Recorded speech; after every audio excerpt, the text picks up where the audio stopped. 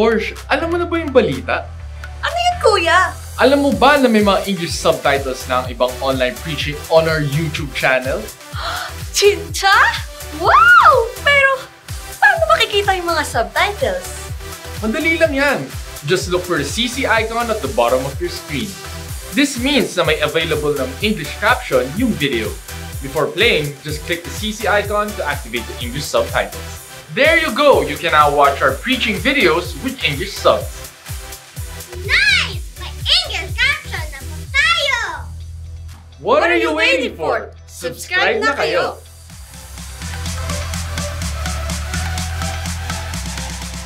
Jesus, my hope, you provide my peace. Jesus, giving my life to you, I don't know what to tell you, always care, you're always there. Hold me, don't let me go, I couldn't ask for more, 'cause you everywhere I go, I am with my Jesus. Everywhere I go, He's the shining light. Everywhere I go, He will bring salvation now. I know our God is an awesome God. He reigns from heaven above with wisdom, power, and love. Our God is an awesome God. Our God is an awesome God. He reigns from heaven. Tuwing tayo po ay sabihin natin nagkakaroon ng summer along the way na hindi maganda, may natitira sa atin na pwedeng gamitin natin. Una, ang Diyos of course. Ang pangalawa dyan, ang isipan natin, ang kamay natin, ang paa natin, at ang katawan natin, lakas natin, pwede nating gamitin po. Huwag mong tutuldukan muna economy, hindi pa diin. Dahil ang Diyos natin, yung resurrection, nasa atin. Pwede pa mag-resurrect yan, pwede pang bumangon yan, pwede pang lumakas yan, pwede pang bumalik sa dati yan, at mas matindi pa sa dati pag binalik na Lord. Mga mananampalataya kayo, mga Israelita, hindi pa katapusan yan. Ba't kayo nakakaganyan? Your suffering doesn't mean the end of you. Your inconvenience doesn't mean that the end of everything in your life. Hindi. Kahit may pandemic, kahit may gera, kahit may lindol, may mabigat na pagsubok, nandyan na raw ang Antichrist. So what?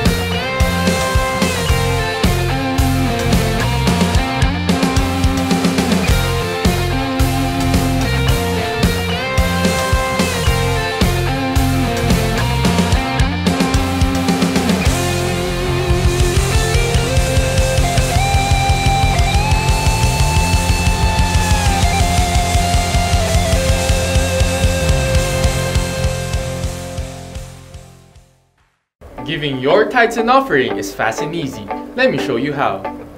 Using the GCash app, send money to this number, and remember, refrain from attaching a voice clip due to its 72-hour expiration. You can also do bank transfer via GCash. Just choose the bank transfer option, then select your preferred bank and key in the church's account details. PayMaya is also available for transferring funds when GCash is inaccessible. Just key in our church's account number. For those who prefer PayPal, just visit www.jctgbtg.com and click the Give Today tab. Our bank accounts are still open for direct and online deposits. These are the account names, account numbers, where you can deposit your tithes and offering, Project G Code, and Friends Again pledges.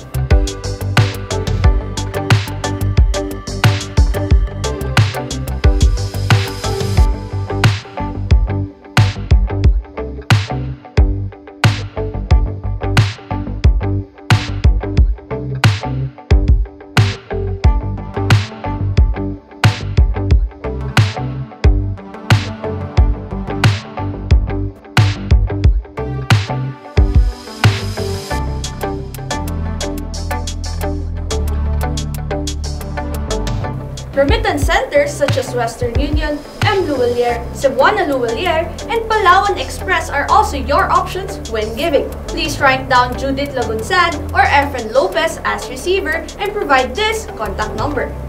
To track your transaction, please make sure to send the details to the same contact number or send a photo of your screenshot of the transaction to our official Facebook page. To know more about our online giving, contact us at these numbers or send us a message on our Facebook page. Or visit us at our website at www.jctgbtg.com. Thank you for being our partners in sharing the gospel throughout the world. God bless everyone!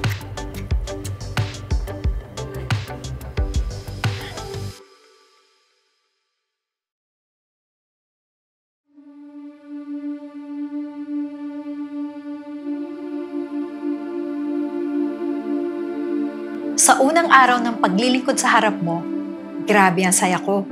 Yung sayang hindi ko maipaliwanag. Araw, ginagawa kong gabi, gabi, nagiging araw, kasi wala naman dapat maaksay ang oras. Kumanta, sumayaw, nagturo, nagmeeting pa. Lahat na ata ginagawa ko kasi yan ang konseptong mayroon ako. Mali ba na puro pagpapala ang nakuha? O tama ba na puro kasaganaan ang tanggap sa buhay? Pagsubok at paghihirap sa buhay. Kasi dun daw tumitibay? Not for me. You only live once. Millennial ako eh. Life should be balanced. Masaya. Di laging seryoso. Months, years had passed. Ayun, andito pa rin ako sa pwestong nag-aantay at umaasa. Mukhang masaya, nagkukunwari na kaya pa. Okay lang, sige lang. Yung pagkabasag ko, dahan-dahang tumitindi tuwing pumapasok sa kwarto sa apat na sulok ng realidad. Dito nagiging totoo sa akin ang lahat. Kaya aalis. Di dahil nasaktan, kundi dahil alam ko kahit kailan walang makakaintindi sa mga konseptong meron. Ano bang halaga ang meron ako? Bakit ang tahimik mo?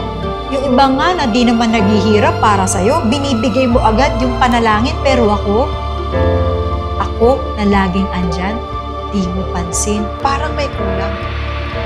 Di ko maipaliwanag yung nararamdaman. I'm not bound to fail. Bakit biglang ganito?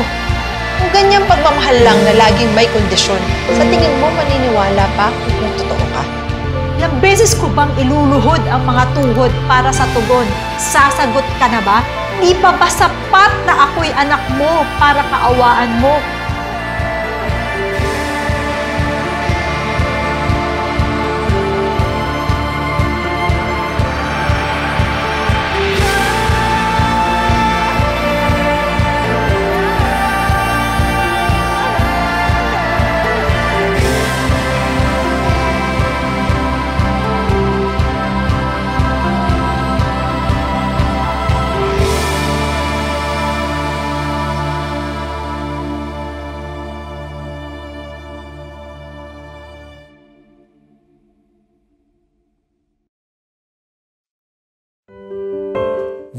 in a world full of sorrows, sins, and hardships.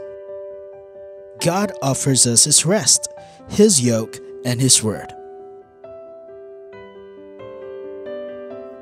All we have to do is open our lives and hearts to Him and let Him come in through the gospel and claim the gift of eternal life.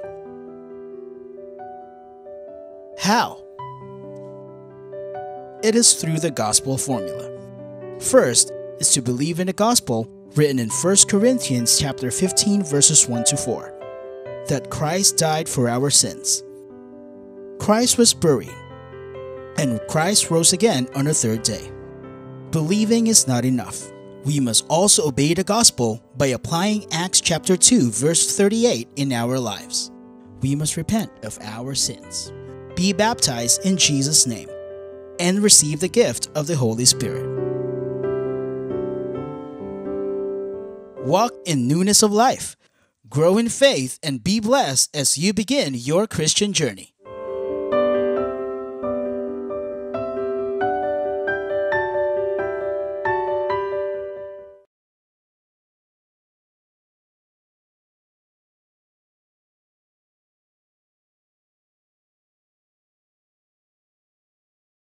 Magandang umaga po sa inyong lahat, mga kapatid kaibigan. Welcome po sa Friends Again ng Jesus Christ. To God be the glory.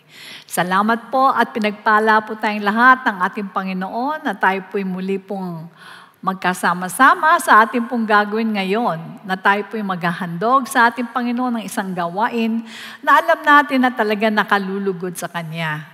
At wala rin naman po tayong pwedeng maibigay sa Kanya kundi ang ganito pong mga bagay. Amen? At mula sa langit ay nakatingin po siya sa atin kung sino-sino sa mga anak niya ang talagang masigasig na maglingkod sa ating Diyos na buhay. At ngayon nga po, bago po tayo sumulong sa ating gawain, ay magbasa po muna tayo ng ilang talata sa Biblia. Sa Luke chapter 1 verses 46 to 50, and Mary said, "My soul magnifies the Lord, and my spirit has rejoiced in God my Savior. For He has regarded the lowly state of His maidservant. For behold, henceforth all generations will call me blessed.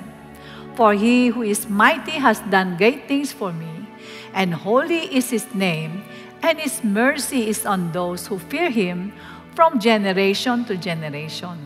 Purihin po ang ating Diyos. Ngayon pong Kapaskuhan ay talaga pong nadarama po natin ang napakalaking pag-ibig ng ating Diyos. Bukod sa ating Panginoon na talagang center of attraction, ay tingnan natin kung ano po ang nasa puso ni Mary na dapat po natin gayahin. Ang sabi sa binasa natin, ang kaluluwa niya ay nagmamagnify pa rin sa Lord at nagagalak pa rin. Siguro, kung sa ordinaryong dalaga naging nangyari kay Mary, maaaring hindi niya kayang tanggapin ang nangyari sa kanyang buhay sapagkat mahirap po yun para sa isang dalaga.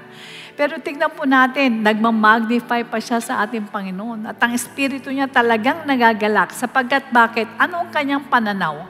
Ang pananaw niya, siya ay tinulungan ng ating Diyos, kinhabagan ng ating Diyos sa kanyang mababang kalagayan. Sabi niya, di ba? Lowly state of His maidservant. So, alam niya na siya ay nasa mababang kalagayan at isang alipin lamang, tagapaglingkod lamang. Pero bakit? Tinaas siya ng Panginoon. Sabi niya ganon, all generation will call me blessed. Alam niya yun. Sapagkat alam niya na mangyayari ang lahat ng mga bagay na sinabi sa kanya ng ating Lord. At ganun din, makikita natin sa Kanya na siya po ay meron napakalaking takot sa ating Diyos. Kasi ang sabi niya, and His mercy is on those who fear Him from generation to generation. Kaya tayong lahat, huwag po nating aalisin ang takot natin sa ating Diyos. Kaya tayo po ay palagi pong dadalo sa Kanya pong gawain. Iyuko po natin ang ating mga ulo, tayo po ay manalangin. Dakilang Ama, maraming salamat po. Sapagkat alam po namin, Ama, na kayo po, Panginoon, ang siyang nagtulak sa amin para po kami ay dumalo sa ganitong gawain. Hinihiling po namin na iunat mo ang iyong mapagpalang kamay. At kami pong lahat ay basbasan mo. Bigyan mo po kami ng bukas na kaisipan, bukas na puso, upang ang lahat ng mga bagay na sasabihin mo po sa amin through our beloved Bishop Louie ay pumasok po sa aming puso't kaisipan. Nagtitiwala po kami, O Diyos, na panibagong kalakasan at taas ng pananampalataya na naman ang ibibigay mo po sa amin ngayong umaga. Sa iyo po lahat ang kapurihan. In Jesus' name we pray. And everybody say, Amen.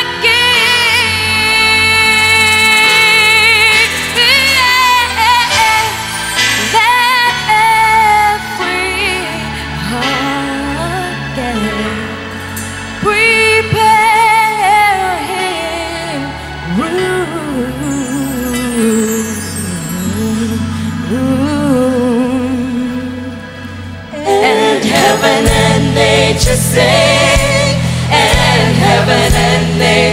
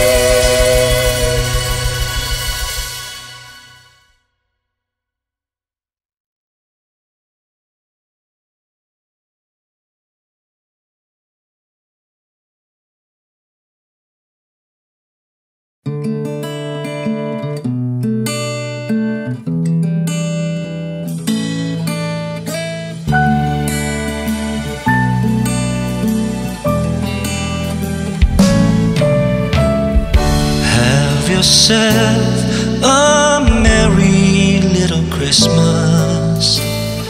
Let your heart be light.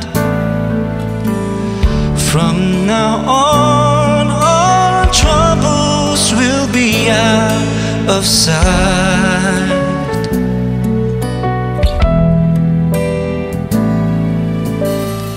Have yourself a merry little Christmas. Make the Yuletide gay. From now on, our troubles will be miles away.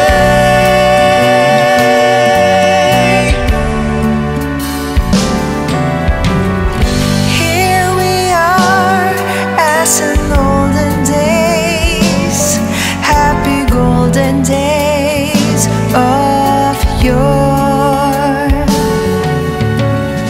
Faithful friends who are dear to us, gather near to us once more.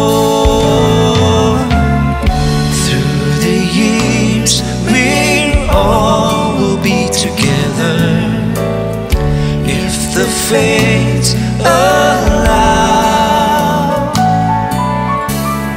Hang a shining star upon the highest bough,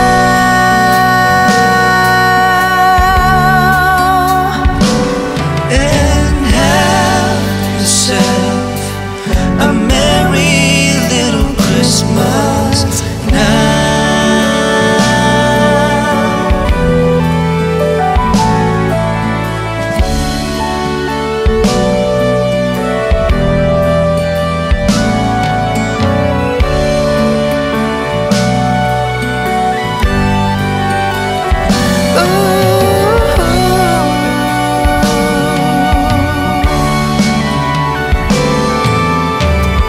here we are as in olden days, happy golden days of yore.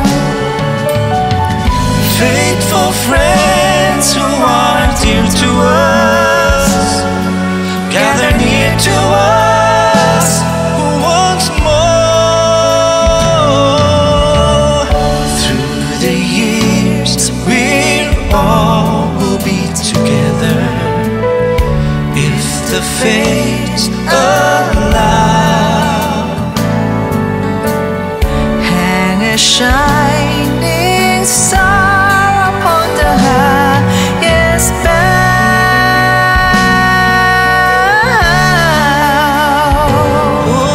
And have yourself a merry little Christmas now.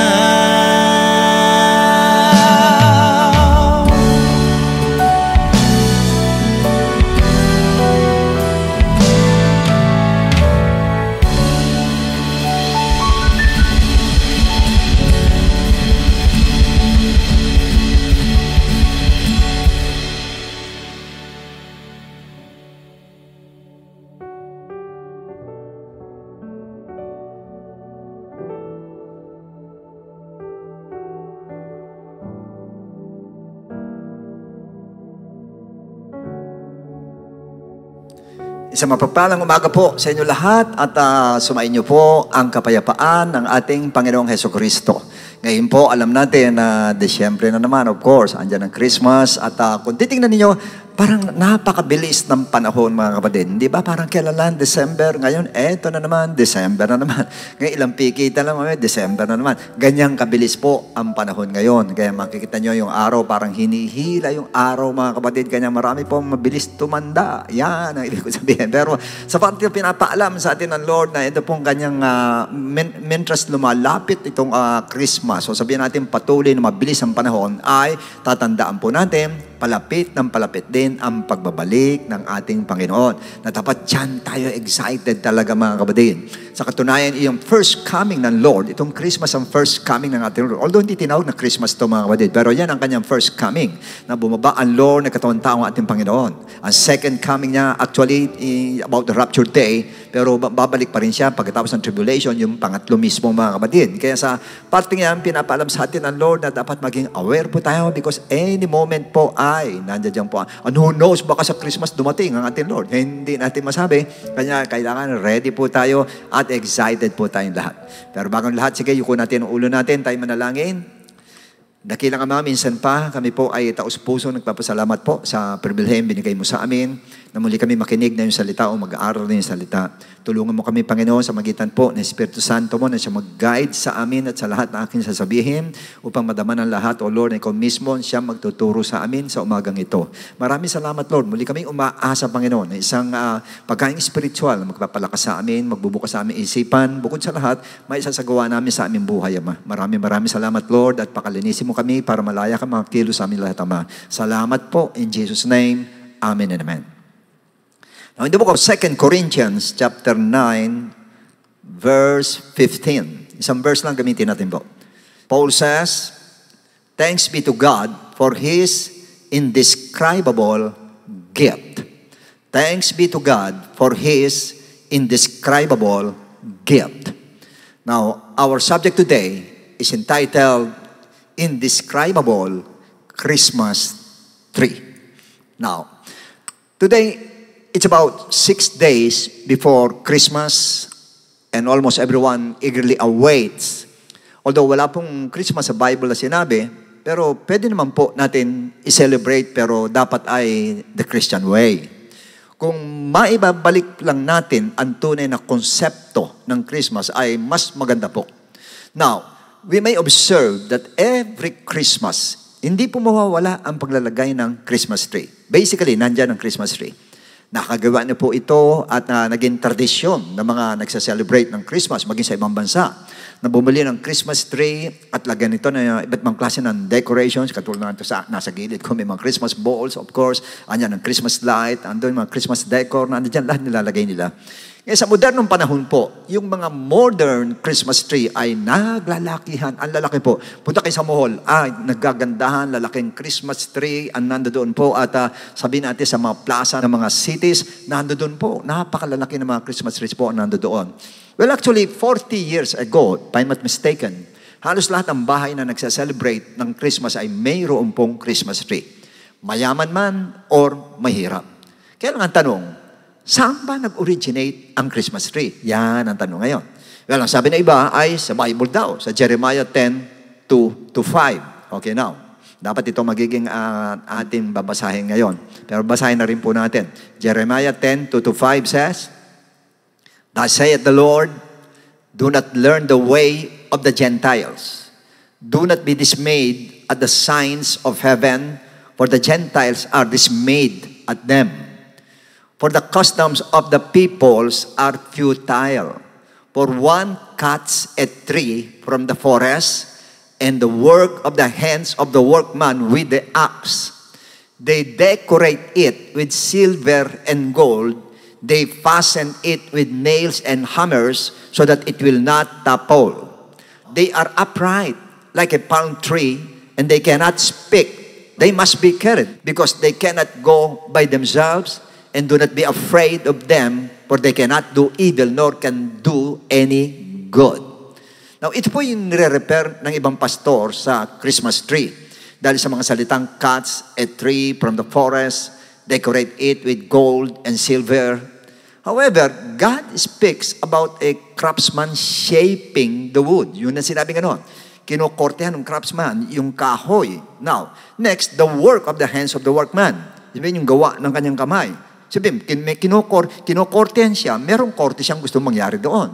Meaning, God is talking about a carved image of idol from the trunk of a tree. Yun po yun. In fact, in verse 8-14, kaya lang po magbasa, the Bible speaks about an idol and not a Christmas tree.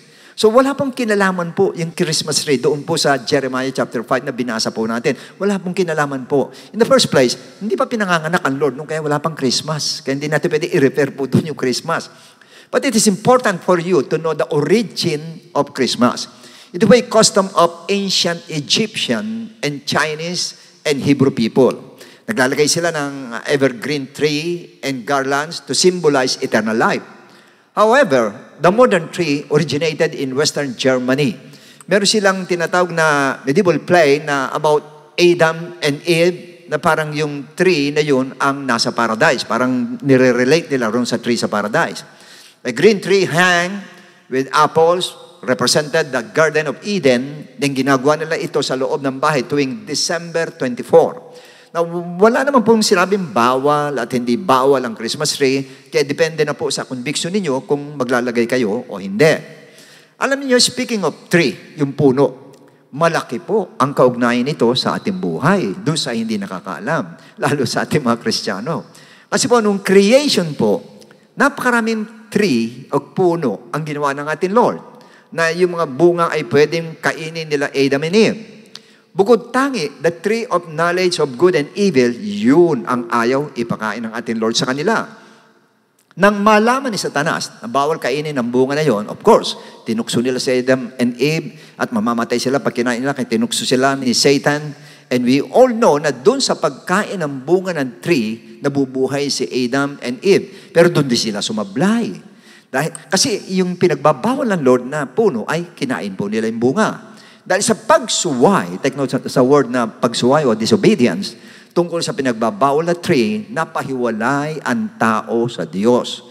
Now, kung ang Diyos ang puno, tayo bilang mga sanga ay napahiwalay sa Kanya, at literally, sina Adam and Eve ay napahiwalay sa tree of knowledge of good and evil, sa literal na tree. Now, sa New Testament, may mabigat na sinabi ang Lord about the tree sa atin in the book of John 15:5.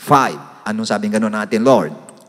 I am the vine, you are the branches, and he who abides in me and I in him bear much fruit. For without me, you can do nothing. So, meaning, pag hiwalay tayo sa Kanya, ay wala tayong magagawa. So, anong naging resulta nung mapahiwalay ang tao sa spiritual tree at sa literal tree? Well, Romans 3:10, ano sabi nga noon? As it is written, there is none righteous, no, not one. Walang matuwid, wala kahit isa. Yun ang sabi, dahil napahiwalay po doon sa puno na yun. Now, sa Isaiah 53:6, ang sabi ni Isaiah, all we like sheep have gone astray. We have turned everyone to his own way, and the Lord has laid on him the iniquity of us all. So, noon tayo mapahiwalay po ay, nagkanya-kanyang larga tayo, nagkanya-kanyang biyahe tayo, kanya naligaw ang lahat ng tao po. Hindi na alam kung anong tama at mali, hindi na alam talaga kung ano yung papunta ron sa langit talaga, hindi na po alam. So, resulta, lumitaw yung masasamang bunga sa atin po. Iba't ibang klase ng kasamaan ay naglipa na ngayon at iba't ibang klase ng gawa ng laman ang lumaganap. Why? Napahiwalay ang tao sa spiritual tree. Yun ang dahilan. Ngayon, balikan natin yung John 15:5. Ang sabi ng Lord, I am the vine, you are the branches. So I believe that the Lord Jesus Christ speaks about the believers as the branches na dinuktong sa spiritual tree. Tayo po yun.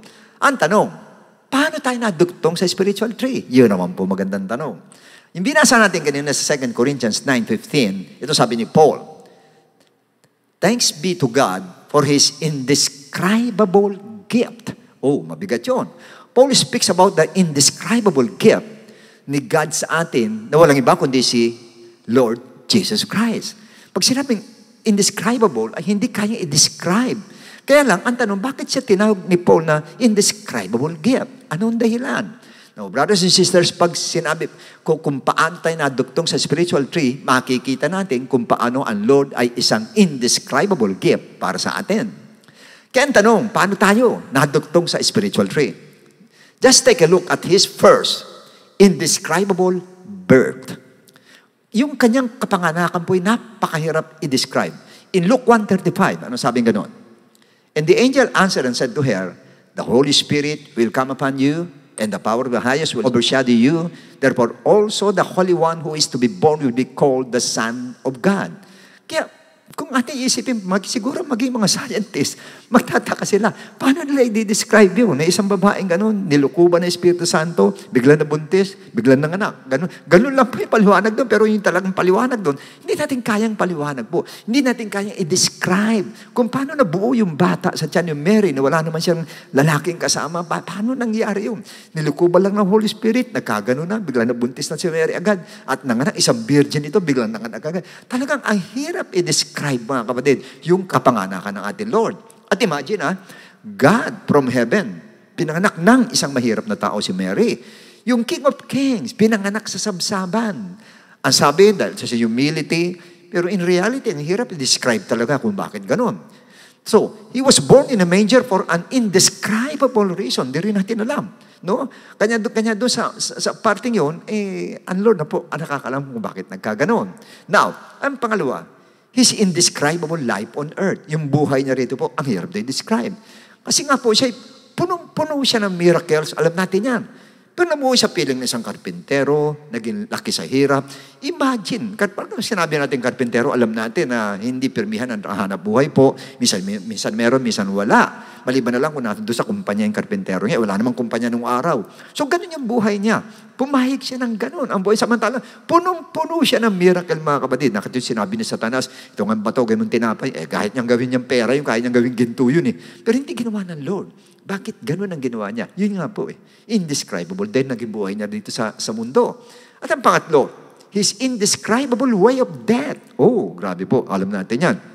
Bakit na kailangan pahirapan siya ng ganun? Paluin pa sa likod para tayo gumaling. Pwede naman hindi siya paluin sa likod. Gagaling din tayo pag pinag-pray tayo. Bakit kailangan may palo pa sa likod? Bakit pahirapan ng gusto? Ipako pa sa krus. Pwede naman mamatay na lang na natural para na sa ganun hindi siya mahirapan. Why? Yun nga po eh. Kanya nga po, He brutally died for an indescribable reason. Hindi po maipaliwanag. Hindi po ma-explain. Hindi po kaya i-describe po talaga, mga kapatid.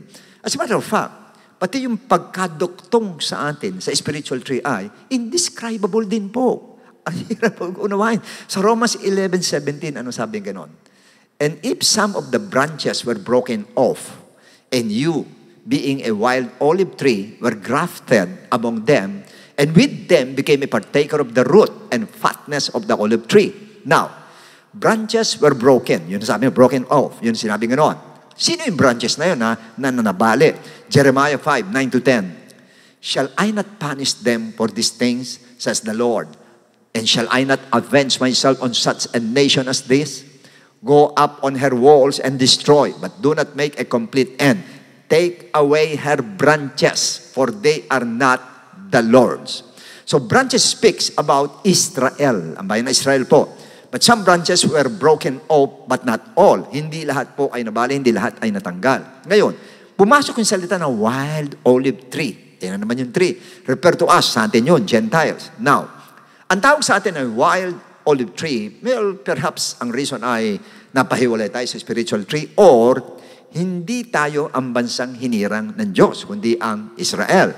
Now, sinabi grafted. Pag sinabi grafted, ay iniugpong or idinugtong tayo. Yun ang sabi ng ngayon. For information, olives were an important crop in the ancient world. Although these trees often live for 100 years. Inaabot ng 100 years po yan. But individual branches stop producing olives. Kasi pag tumatanda na po yung mga branches po, ay hindi na namumunga. When that happens, branches from younger trees were grafted to restore productivity. Ibig sabihin po, kung hindi na namumunga po, yung mga sanga, pinapalitan ng mga bagong sanga na galing din sa olive tree, idinudugtong po yun. So Paul's emphasis is that the old unproductive branches, the Israelites, were broken off and branches from wild olive tree, tayo po yun, were grafted in the root and fatness. Dinugtong tayo.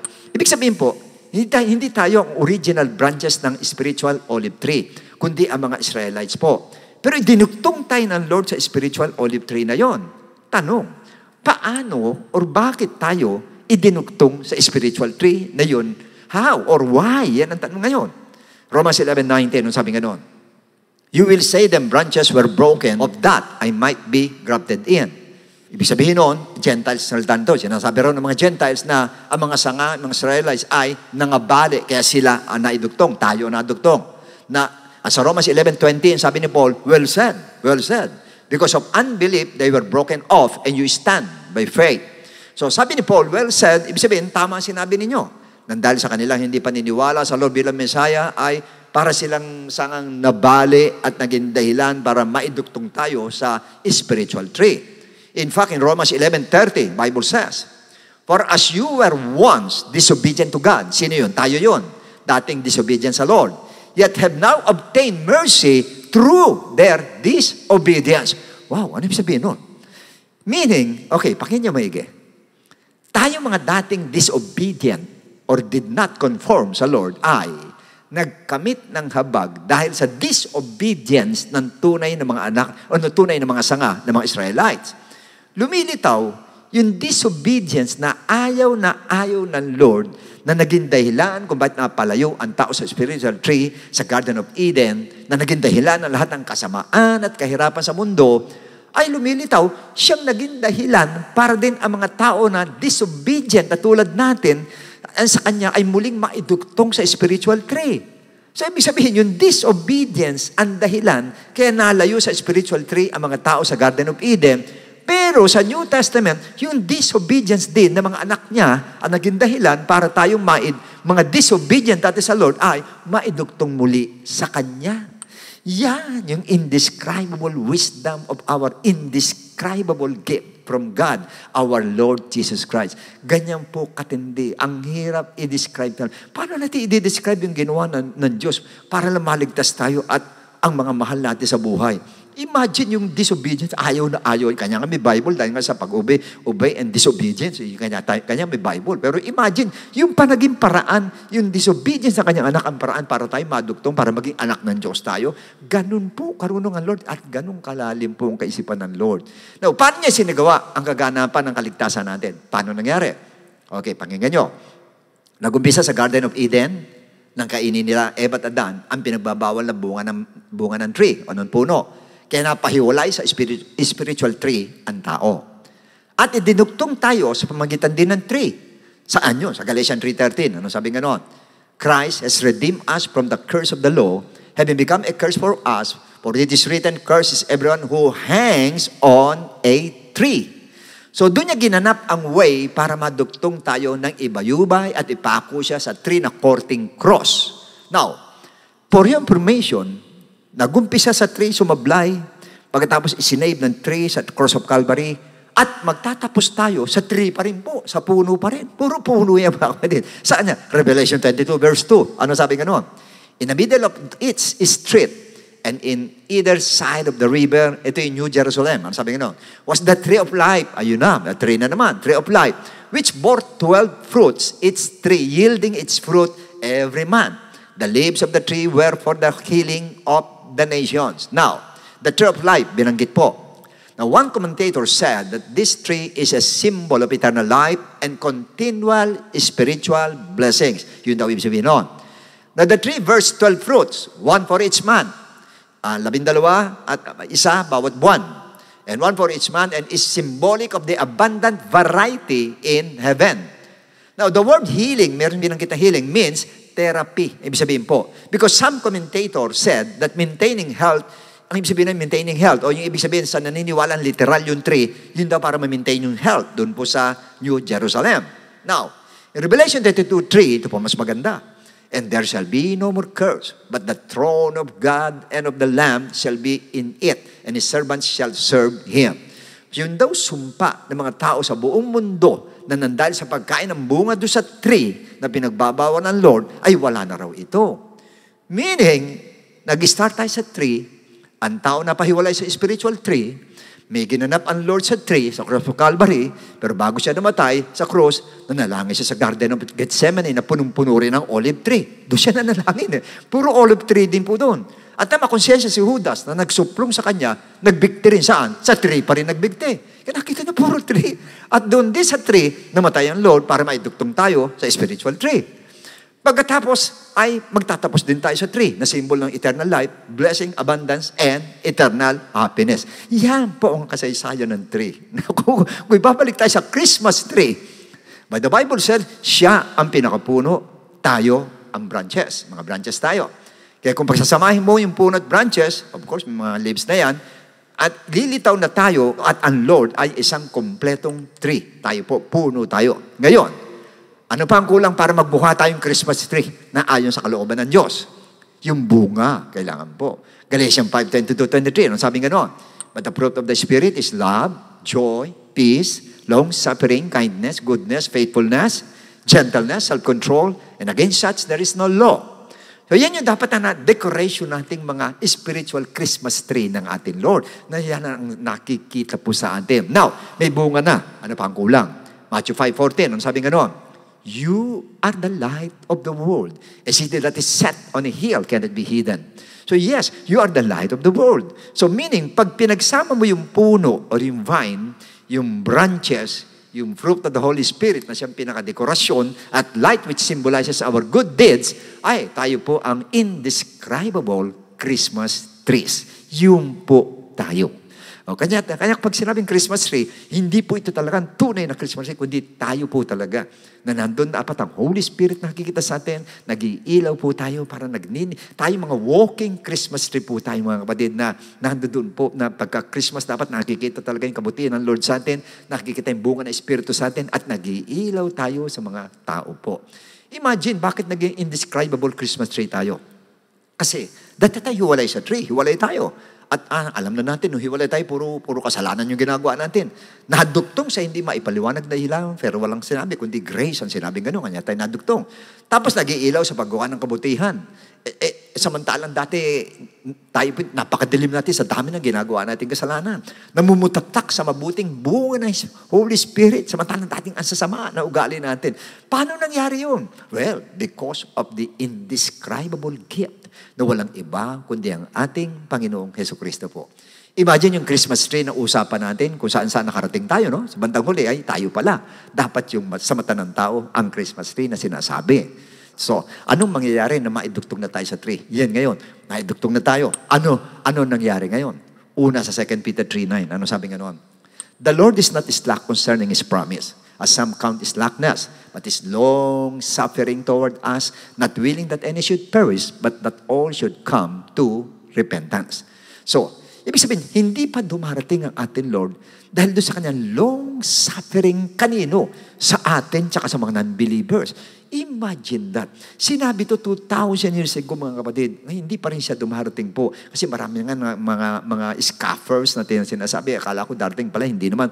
Yung pala nagtitiis ang Lord, napakahaba po, yung long suffering ng Lord, para nasa ganun po, yung kasalanan po ng tao ay mabigyan ng pagkakataon sila, mga nasa kasalanan.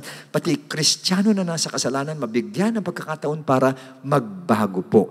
Bakit napakatagal na panahon? Kanya nga, indescribable yung gift na yan eh. Indescribable ang ating God. Pagdating sa ganyan mga kapatid, sobra po ang pagtitiis ng ating Lord. Why? Bakit ganon?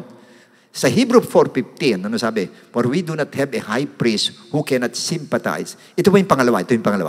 For we do not have a high priest who cannot sympathize with our weaknesses, but was in all points tempted as we are yet without sin. Yan yung pangalawa reason. Kanina long suffering niya, indescribable. Ngayon naman, yung kanyang patience. Indescribable patience po ng ating Lord. Grabe po mga kapatid ang pagtitiis ng Lord. Alam niyo kung saan? Sabi nga noon siya ay nakikisimpati sa ating mga kahinaan, sa mga ugali po natin. Alam natin lahat yan, hanggang ngayon, medyo meron pa rin, lumilitaw pa rin yung masama natin ugali. Yung mga bagay na hindi maganda lumilitaw pa rin. Pero tinitiis pa rin ng Lord. Nandun pa rin ang pagpapasensya ng Lord. Ganong katindi, indescribable ang patience ng ating Lord na binibigay po sa atin hanggang ngayon. Why? Because of His indescribable love. Na talagang yung kanyang pag-ibig sa ating grabe po. Di ba sinabi sa Romans 8:35, who shall separate us from the love of Christ? Shall tribulation or distress or persecution or famine or nakedness or peril or sword? Sa Romans 8:38, ano sabi niya? For I am persuaded that neither death nor life, nor angels, nor principalities, nor powers, nor things present, nor things to come. Verse 39, nor height, nor depth, nor any other created thing shall be able to separate us from the love of God which is in Christ Jesus our Lord. So, ibig sabihin, lahat daw ng yun ay hindi pwedeng makapagpahiwalay sa atin Lord. Hindi daw. Ibig sabihin, ganun katindi yung kanyang indescribable na pag-ibig sa atin ng Lord. Yan po ang Christmas talaga po, yung pagbibigay ng indescribable gift sa atin na walang iba kundi ang ating Panginoon na mayroong indescribable na pag-ibig sa atin lahat. Ganyan. Kaya dapat po, pag Christmas, punong-puno tayo lahat ng talagang hindi maipaliwanag, hindi ma-describe na pag-ibig sa isa't isa. Dapat ganun po o nakikita sa atin. Ngayon, bakit na ganun magtiis ang atin Lord? Kasi alam niya, pag napahiwalay ulit tayo sa 3, hindi na siya pwedeng ipako pa sa krus uli. Yes. Hebrew 10:26, ano sabing ganun? For if we sin willfully, nagkasalanan ka ng talagang ng kusang loob at talagang tinanggap mong kasalanan, nabuhay ka ng kasalanan, ginastify mong kasalanan, after we have received the knowledge of the truth, there no longer remains a sacrifice for sins. Yun ang dahilan po. Meaning, pag napahiwalay o humiwalay tayo sa 3, hindi na tayo pwede iduktong pa uli unless magsisi-talikuran natin ang kasalanan po. Kaya ganun katindi po yung binibigay na pagkakataon sa atin ng ating Lord. Indescribable yung pagkakataon binibigay ng Lord po sa atin. Kanya nga po sa atin, pag sinabing Christmas tree, tayo po yun, ng mga Kristiyano po, na dapat po nag-iilaw tayo sa pamagitan po ng mabubuting gawa at yung fruit ng Holy Spirit na sa atin at yung joy dapat nasa atin po. Yan ang dapat nasa atin. Dapat ngayon punong-puno kayo ng joy. Lahat po tayo. Ngayon kahit na pandemic na ganyan, wala mo pandemic sa Lord. Kahit pandemic na, kahit ano na, kahit may karamdaman ka, alam ko marami sa inyo may karamdaman. Alam ko marami sa inyo may problema kayo sa finances. Hindi magiging hadlang yan para hindi tayo maging indescribable na Christmas tree. Nandun pa rin ang galak sa atin. Nandun pa rin ang ating pag-ibig sa kapwa natin sa kabila na nangyari yan. Sapagat nandun ang Diyos natin. Tatandaan hanggat nakakabit tayo sa puno na yan. Yan ang tatandaan hanggat nakakabit tayo sa puno na yan. Wala kang dapat ipag-alalat. Diyan sa puno na yan manggagaling ang kagalingan mo. Diyan sa puno na yan manggagaling ang blessing mo. Diyan sa puno na yan manggagaling ang kalakasan mo. Diyan sa puno na yan. Kaya dapat kahit tayo po, ay sabihin natin meron tayong dinaramdam, meron tayo pong problema sa buhay, dapat may joy pa rin tayo hanggat nakakabit ka dyan sa puno na yan, wala pa tayong dapat alalahanin po. And for your information po, pirmi tayo nakakabit sa puno na yan. Sa atin tayo yung mga sanga. Kaya dapat yung bunga natin nakikita. Ng bunga natin, wala ba kundi bunga ng Espiritu Santo po, ang dapat makakita po sa atin. Sa lahat sa atin po. Kaya itong Christmas na ito, sana ganun pong gawin natin. Talagang aking sinadya na maging ganito setup natin para madama natin kahit pandemic, madama natin ang Christmas po. Hindi pagka pandemic, wala ng Christmas. Hindi po. Pinanganak ang Lord talaga. Although walang sinabing Christmas, pero pinanganak ang Lord. Dapat pag yung birthday natin, pinagdidiwang natin yung kaarawan pa kaya ng Lord. Although hindi natin alam kung kailan talaga. Kung yan ang kinagisnan, wala naman masama doon sa party mga kapatid. Kaya dapat maligaya tayo. Sa Christmas na ito, punong-puno tayo ng kagalakan, punong-puno tayo ng pag-ibig sa puso po natin. Yan ang gustong mangyari sa atin ng ating Lord. O kanya kayong bawal sumimangot ha. Huwag kayong sisimangot ngayon. Kailangan nakangiti kayong lahat ngayon habang nakikinig at kayong mag-anak. Alam ko, marami sa inyo mag-anak, magkakasama kayo. Gawin yung merry yung Christmas ninyo. Yan ang gawin po natin. Na talagang full of joy ang Christmas po natin. Ganun ang gawin. Lahat po na nakikinig sa ngayon. Ganyan ang gawin po natin at makikita yung maganda mangyayari sa buhay natin po. Yun yung sinasabing, nagkikreate tayo ng magandang atmosphere. Kahit sa labas ang atmosphere, parang hindi maganda, pero gawin natin maganda. Gawin natin Christmas atmosphere talaga. Na nando doon talaga, parang pinanganak talaga ang ating Lord. Tuwan-tuwa tayo dahil pinanganak yung Savior natin. Tuwan-tuwa tayo dahil ngayon nadugtong tayo doon sa puno na yan. Tuwan-tuwa tayo dahil alam natin may Diyos tayo. Alam natin may Jesus Christ tayo. Meron tayong indescribable gift na binigay ng Lord sa atin. Kaya pagdating sa gift, salitang gift, huwag na kayong masyado maghangad pa ng kung ano pang gift na gusto ninyo, na mamahaling gift. Wala na po. Nasa atin ang pinaka-the best na gift ng ating Lord. Indescribable gift. Si Jesus Christ po. Yan ang pinaka-the best na gift po sa ating buhay. Tatandaan nyo, pag nasa atin yung gift na yan, wala nang kulang po sa atin. And as long as na yun ay nakakabit tayo doon sa puno na yan, doon sa gift na yan, ay wala kayong aalalahanin po. Siya po magsusupply, magmula doon sa ugat niyan, susupply yung lahat yung sanga niyan. Tayo yung sanga eh. Susupply, di ba yung puno, nagsusupply siya sa mga sanga. Tayo, susuplayan yan ng mga lahat, ng mga blessing na nanggagaling doon sa puno niyan. Susupply doon sa mga sanga, sa atin susupply yun. Hanggang sa mamunga tayo ng magagandang bunga po ang maging bunga natin. O, kaya yan, magandang puno, maganda rin. Ang sanga, maganda rin ang bunga. Yan, pirmi, tatandaan po natin. So, purihin ang Diyos mga kapatid. At sana po sa ating maikli mensaheng ito ay naunawaan natin ang ibig sabihin ng Christmas tree na yan mga kapatid. Ngayon sa pagkatong ito ay gusto ko po na manalangin po para sa inyong lahat, para po sa ating pong dito sa Christmas tree ito, para sa inyong lahat ng pamilya na nandiyan na nakikinig ngayon. Pwede po ba na iko natin ang ulo natin at tayo po'y mananalangin sa oras na ito. O Diyos ng buhay, sa oras pong ito, Panginoon ko, maraming salamat po. Sobrang kagalakan binigay mo sa amin dahil po sa mensaheng binigay mo sa amin, O Lord.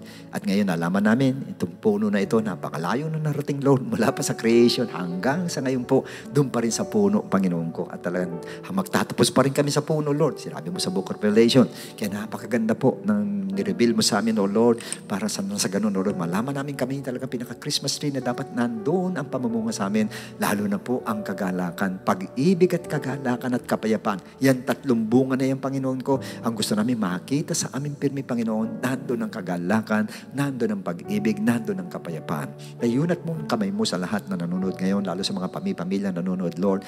Tulutan mo po na itong Christmas na ito ay maging masaya para sa kanila, maging puno ng kagalakan, punong-puno ng kapayapaan, at punong-puno ng pag-ibig, ang buong pamilya na nakikinig ngayon, Panginoon, para po maidaos nila, ma-celebrate, Panginoon, ay yung kapanganakan. O hindi namin alam kung kailan talaga, pero inaalala namin, Panginoon, dahil sa sobra naming excitement, Panginoon, na ikaw'y pinanganak na aming tagapagligtas. Kaya tulutan mo, Lord, na yung lahat ng aming kagalakang ito ay masuklian pa ng iba yung kapayapaan at pag-ibig sa puso ng bawat isa, na sa Paskong ito, yung mga hindi nagkakasundo, tulutan mo magkasundo, Panginoon, sa loob ng pamilya, magkasundo-sundo lahat, Panginoon, at na kalimutan na po yung nakaraan ko, di harapin tong dito sa aming haharapin ngayon na 2022, Panginoon, at lahat kami maging maayos sa harapan mo, Ama.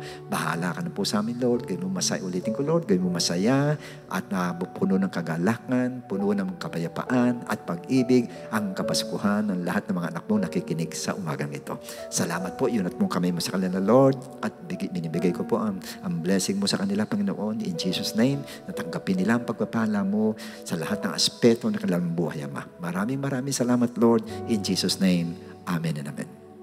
Okay, sa inyo lahat na atin nakikinig ngayon, lalo na po sa mga bisita po natin, mga first timer po natin, alam niyo yung indescribable gift na yan, si Jesus Christ po ay, di ba sinabi ko kanina, namatay siya sa cross of Calvary, yung po ang siyang pwedeng maging daan para makuha naman po natin yung indescribable salvation na bibigay sa atin ng ating Lord.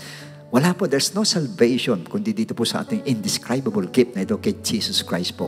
Yung kanyang pagkamatay sa cross, yan lang po ang daan para maligtas tayo. At napakaganda, Christmas, ligtas pa tayo, napakaganda po. Sa paanong paraan tayo maliligtas? Of course, sinabi sa Ephesians 2:8, ano sabi nga nun? By grace we are saved through faith, and that is true. Talaga naman sa pananampalataya, naligtas po tayo. Kaya lang pananampalataya nga lang ba yan? Hindi po. Kailangan po talaga ay pananampalataya, paniniwala. Saan? Yan ang tanong ngayon. Sa gospel ng ating Panginoon po. Paniwalaan natin ang gospel ng Lord, manampalataya sa gospel ng Lord. Ano ba yung gospel ng Lord? Dapat natin panampalatayanan. Sa 1 Corinthians 15:1-4, ano sabi ganon? Moreover, brethren, I declare to you the gospel which I preach to you, which also you received and in which you stand, by which also you are saved, if you hold fast the word which I preach to you, unless you believe in vain. For I delivered to you first of all that which I also received, that Christ died for our sins, according to the Scriptures, and that He was buried, that He rose again the third day, according to the Scriptures. So in other words, ang gospel po is about the death of Christ, the burial of Christ, resurrection of Christ. We have to believe in the death of Christ, the burial of Christ, and resurrection of Christ. Ngayon, naniwala na tayo, nanampalataya na tayo. Sapat na ba yun? Hindi po eh. Kasi may sinabi po si Pedro, di ba, na kailangan we have to obey the gospel of Christ. Susundin natin. In what way? I-apply natin sarili po natin. In what way? Sa Acts 2:38. Peter said to them, repent And let every one of you be baptized in the name of Jesus Christ for the remission of sins. And you shall receive the gift of the Holy Spirit. So una, magre-repent po tayo. Repentance, yan po ang pagpatay sa ating kasalanan po para patawarin po tayo. Sa Romans 6, 1-2, basahin na lang po. Death of sin yan, ibig sabihin, repentance po. Pinatay natin sa magitan ng repentance. Ngayon, you must be baptized in the name of Jesus Christ. Sa Romans 6, 3-4, ano ba sabihin ng baptism? Or, do you not know that as many of us were baptized into Christ Jesus were baptized into His death? Baptized into His death, una. Second, we were buried with Him through baptism into death. That just as Christ was raised from the dead, ayun na, resurrection yun. That just as Christ was raised from the dead by the glory of the Father, even so we also should walk in the newness of life. So in other words, nandun po yung sa baptism po, nandun po yung death, burial, and resurrection of Christ. Kanya napaka-importante po ng baptism po.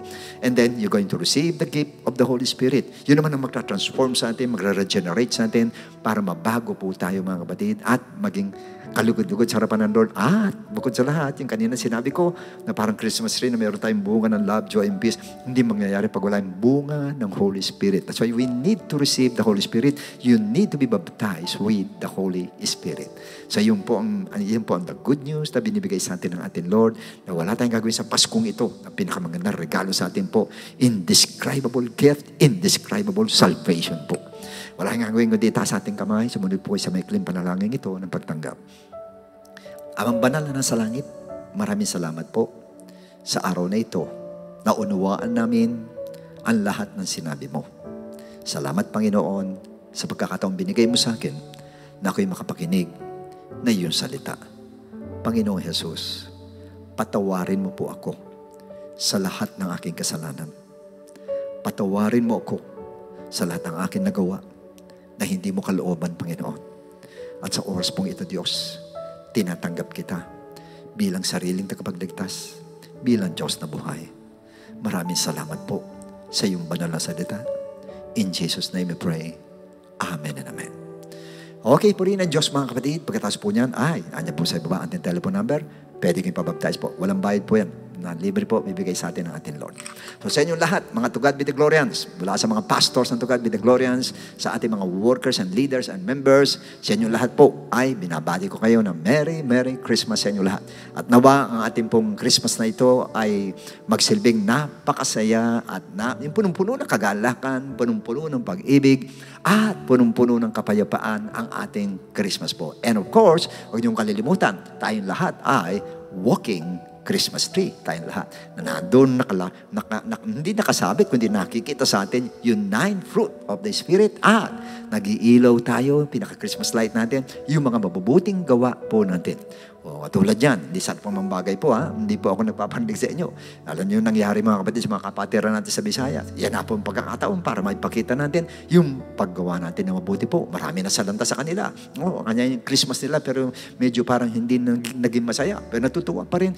Dapat pa rin tayong matuwa sapagkat wala pong nawala sa kanila, wala nasaktan, kundi yung mga kagamitan, bahay po ang nasalanta. Pero alam ko, ang Diyos na po ang bahala doon. Kaya kayo mga taga-Bisaya, alam ko nakikinig kayo ngayon, ako po ay nalulungkot sa nangyari sa inyo, pero huwag kayo masyado malungkot sapagkat ang pagpasalamat natin, ganyan na lang ang nangyari. At least, buhay kayo lahat, nandiyan dyan kayo malakas, nananampalataya sa Lord. Yung lahat na nawala sa inyo, kaya ibalik ng ating Panginoon. Basta manampalataya tayo sa Diyos. Hindi lang kayo mga to God be the glorious, lahat na nasalanta sa Bisaya po kami po ay nalulungkot, pero may Diyos po tayo na siyang pwede magbalik ng lahat ng mga nawala po sa inyo. Bahala na po ang Lord sa inyo. Pero sa araw po ito, o dito sa Paskong ito, gawin natin masaya ang ating Pasko, gawin natin puno ng kapayapaan, kagalakan, at punong-puno tayo ng pag-ibig sa puso. Yan ang tunay na Merry Christmas. So salamat po sa inyo lahat. Hanggang sa susunod po natin dito sa Friends Again. Thank you so much and may God bless you all.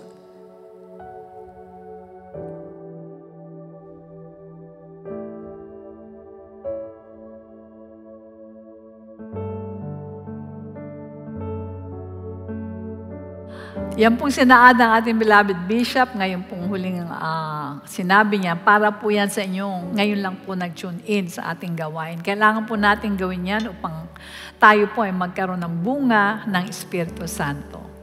Samantala tayo po ay dadako sa ating offertory sa Luke chapter 8 verses 1 to 3. Now it came to pass afterward that he went through every city and village, preaching and bringing the glad tidings of the kingdom of God, and the 12 were with him. And certain women who had been healed of evil spirits and infirmities, Mary called Magdalene, out of whom had come 7 demons, and Joanna, the wife of Cuza, Herod's steward, and Susanna, and many others who provided for him from their substance. Notice sa ating pong binasa ngayon na nung kasalukuyan na ang Panginoon ay nagpipreach, kasama niya yung mga 12 disciples niya. At meron mga kababaihan na sumusunod sa Kanya, nagpapalo sa Kanya. At maraming kababaihan dyan na pinagaling ng Panginoon sa kanilang mga sakit. At isa na dyan si Mary called Magdalene, at si Joanna, at si Susana. Anong sabi sa kanila?